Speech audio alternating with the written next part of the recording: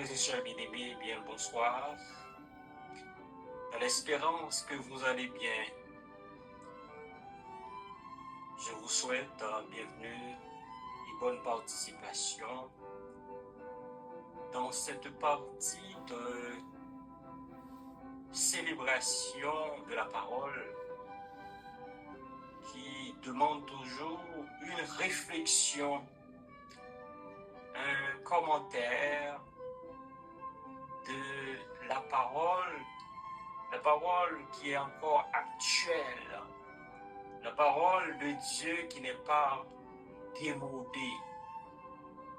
Alors ce soir, nous avons un sujet d'importance capitale, c'est la solidarité et l'unité dans une communauté.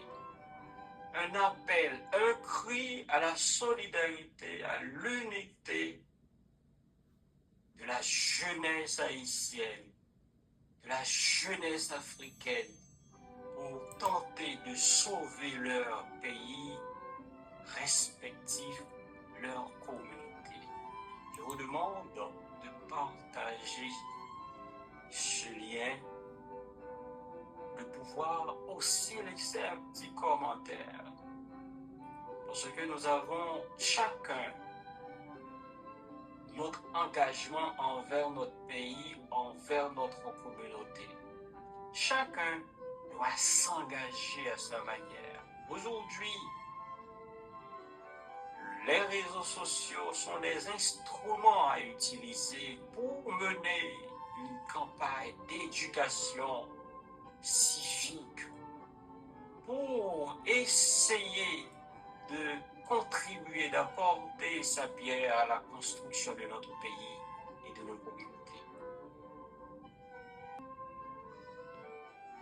Je ne prie pas seulement pour eux, mais aussi pour ceux qui, grâce à leurs paroles, croient en moi, afin que tous soient un. Comme toi, Père, tu es en moi et moi en toi, qu'ils soient aussi en nous, afin que le monde croit que tu m'as envoyé. Nous acclamons cette parole de Dieu, cette parole de vérité, d'unité et de solidarité. Ce passage est un appel à l'unité au cœur d'une mission chrétienne, de toute lutte visant un changement, visant l'amélioration des conditions de vie, visant un exploit social. Sans l'unité, aucun peuple ne pourrait se tenir debout. L'unité apporte force, résistance et résilience. Nous lisons en Ecclésiaste, au chapitre 4e, des versets 9e au 12e, ce qui suit. Mieux vaut être deux que tout seul, car deux tirent un bon profit de leur travail, et si quelqu'un veut dominer les dominés, deux peuvent lui résister. Et la corde à 3 fils ne se rompt pas facilement. D'où l'importance de l'unité, l'unité de la sincérité, l'importance de s'associer, de faire, de constituer un faisceau pour résister face au vent contraire de notre société. Et plus loin, l'apôtre des gentils, le pécheur converti, écrit ceci aux chrétiens, aux citoyens corinthiens: de même que le corps est un et a plusieurs membres, et que tous les membres du corps, malgré leur nombre, forment un seul corps, ainsi est-il du Christ.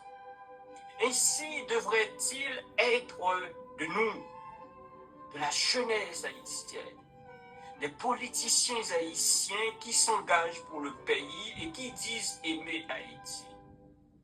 Nous devons nous constituer en une unité. Nous devons constituer une force autour d'un même idéal pour tenter de sauver Haïti, de sauver nos communautés. Et cela me rappelle, me donne le souvenir d'une rencontre qui a eu lieu la semaine dernière entre certains jeunes de la communauté beaumontoise pour réfléchir sur des problèmes sociaux cruciaux de la société beaumontoise qui est dépourvue de toute infrastructure, de toute structure sociale, d'une société livrée à elle-même. On n'a pas de commissariat, on n'a pas de policiers, on n'a pas vraiment des problèmes, des structures pouvant répondre aux besoins réels du peuple ou de la communauté beaumontoise. Malgré leur nombre, ne forment qu'un seul corps, ainsi est-il du Christ. Ainsi devrait-il être de nous autres. Le corps dont il est question pour aujourd'hui, frères et sœurs bien-aimés, c'est notre pays, c'est notre cher Haïti, c'est nos communautés, nos communes, nos sections communales. Voilà. Il s'agit aussi de dire ce corps dont nous sommes membres, il s'agit aussi de l'alma mater, l'Afrique.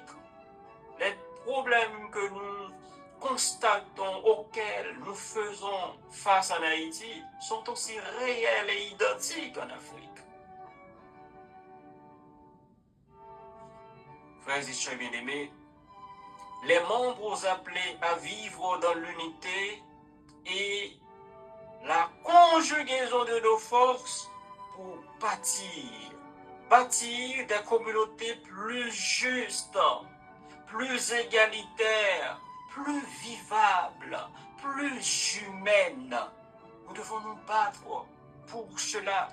Dieu et les enjeux pluridimensionnels de l'heure appellent les peuples africains et le peuple haïtien au pardon, à la réconciliation, à la solidarité et à l'unité sincère.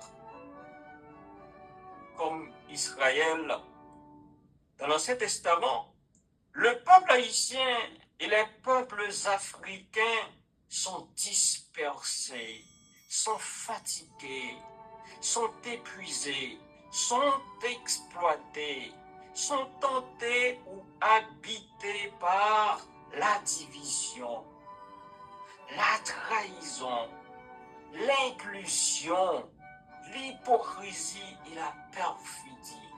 Oui, nous sommes souvent des traîtres, nous sommes souvent des perfides, des hypocrites. Nous ne voulons pas nous entendre, nous ne voulons pas nous joindre pour essayer, tenter de sauver quelque chose, de construire quelque chose, de tourner le vent. L'État qui s'organise dans nos pays avec notre complicité. Avec notre complicité. Mais la voix de Jésus et celle de notre conscience résonnent encore, mes chers amis. Qu'il soit un, l'unité, appelle à l'unité pour construire, pour changer les choses, pour transformer notre société. L'unité n'est pas seulement une option spirituelle et organisationnelle en ce sens, c'est aussi la condition sine qua non de survie et de résistance nationale. Si nous voulons résister, si nous voulons changer les choses, faire obstacle à nos prédateurs, aux méchants, il nous faut nous entendre, il nous faut nous associer.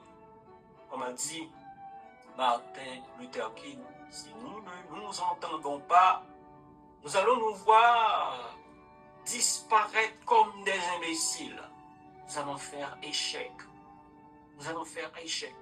Et la jeunesse de Beaumont aujourd'hui, la jeunesse d'Haïti, la jeunesse de Gouraï, la jeunesse de Port-au-Prince, un peu partout dans le pays, a cette responsabilité.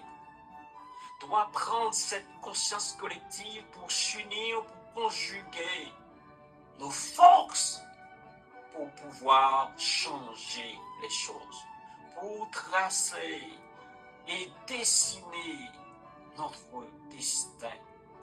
Partout dans le monde, la jeunesse est la clé. Haïti et l'Afrique tout entière ont besoin d'architectes et de peintres pour tracer et dessiner leur avenir. Où est cette jeunesse haïtienne? Où est la jeunesse de 1986 et avant? Où est cette jeunesse? Est-ce que la situation d'aujourd'hui d'Haïti n'est pas pire que celle de 1986 et avant qui avait révolté le peuple haïtien?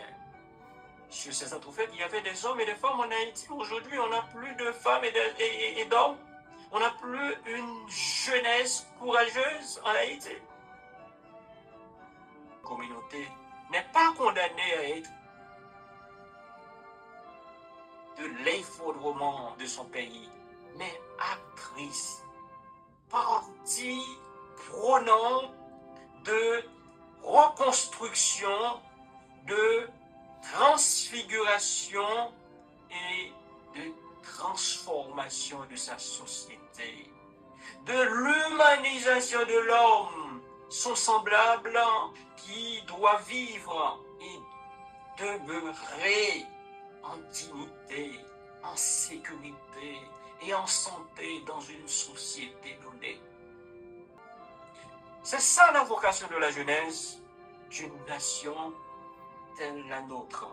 La jeunesse d'une communauté doit s'impliquer, s'investir dans une lutte philosophique, doit avoir une vision sociétale, c'est-à-dire pour le développement, pour la beauté, pour la prospérité de sa société, et une vision anthropologique pour la transformation de la vie, pour instaurer, assurer la paix par la voie du développement. C'est ça. Une vision sociétale, une vision anthropologique, la société, une vision pour la cité, une vision pour l'homme, anthropologie, ça vient du grec, anthropos, homme, et logos, discours, réflexion, une réflexion au cœur de nos actions, de nos entreprises, de nos pensées, de nos discussions. Il doit y avoir l'homme. On doit se poser la question, où est l'avenir de l'homme? Quand quelqu'un te dit de faire quelque chose pour détruire une infrastructure dans une communauté, il va te donner un peu d'argent, tu dois lui poser la question, en le faisant, quelles seront les conséquences, les répercussions sur la société. On te demande de faire quelque chose, là, tu te poses la question, quel seront, où est l'avenir de l'homme là-dedans? Qu'est-ce qui va arriver à l'homme si je pose telle ou telle action? Et de même, s'il y a l'omission de mon devoir de citoyen, ce que je devais faire, si je ne le fais pas, qu'est-ce qui va arriver? C'est ça une jeunesse. On a besoin d'une jeunesse capable de se poser et de poser ces genres de questions face à une action qui doit se poser. L'homme ne trouve son sens que dans ce que nous appelons le nous, non pas dans le jeu, dans l'égoïsme, dans l'individualisme. Et Aristote disait déjà que l'homme est un animal politique. C'est-à-dire quoi? Souvent on donne une très mauvaise interprétation, mais connotation à cette pensée, à cette affirmation d'Aristote. Cela veut dire il est fait pour vivre avec, pour cohabiter, pour vivre en société. Et qui dit vivre en société, en communauté, cela veut dire il y a une responsabilité citoyenne à assumer dans la cité, aujourd'hui qu'on peut appeler la communauté. On a une responsabilité. On a chacun dans une communauté devoir et obligation. Mais le jour où je rate mon devoir, c'est quasiment je rate ma vocation sur terre ou bien dans ma communauté.